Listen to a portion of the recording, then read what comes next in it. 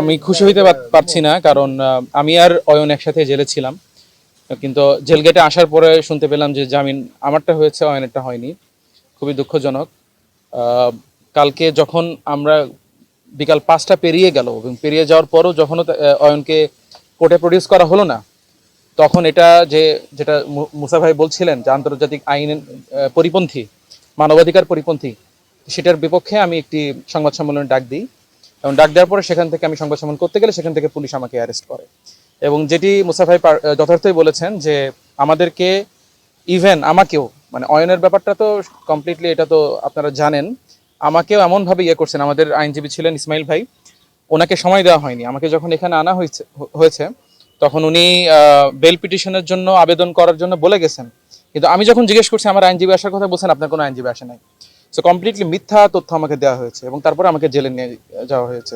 তো আমি এই যে ঘটনা, এটা তো হচ্ছে আমাদের সাথে, এটা জাস্ট বলা যেতে পারে খুব কমই হয়। তো সেখানে সাধারণ নাগরিকদের অবস্থা যে কতটা করুণ এবং তাদেরকে কতভাবে আজকে জেলের মধ্যে, জেলের কর্মকর্তা, জেল পুলিশ যারা আছে, তারাই আমাকে বলতেছে যে ভাই আপনাদের তো একটা প্রভাব আছে, নানা কারণে আপনি স্বল্প সময়ের মধ্যে বের হইতে পারতেছেন, কিন্তু অনেককে পুলিশ জাস্ট তুলে এখানে দিয়ে যায়।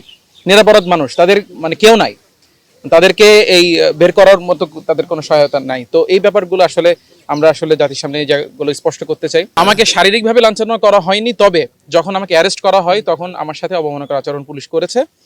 আপনারা দেখেছেন আমার হাত থেকে তারা ফোন কেড়ে নেয় এবং তারা অনেকটা তুই তোকারের মতো করে আচরণ করে, যেটা আমার লাইভে আছে, আপনারা দেখেছেন। এবং লাইভটা শেষ হওয়ার পরেও কিছুটা আমাকে যখন পুলিশের গাড়িতে তুলে দেওয়া হয়, আমাকে পিছন থেকে অনেকটা মানে অবমাননাকর ভাবেই পেছন থেকে ধাক্কা দিয়ে যে ওঠ গাড়িতে ওঠ, এই টাইপের একটা ব্যবস্থা। আমি তো উঠতেছি, আমি তো কমপ্লিটলি তাদের সাথে কোঅপারেট করতেছিলাম, স্টিল কোঅপারেট করার পরেও যে এক প্রকার ফোর্স বিহেভিয়ার আমার সাথে করা হয়েছে। সো এটা অবশ্যই নিন্দাযোগ্য।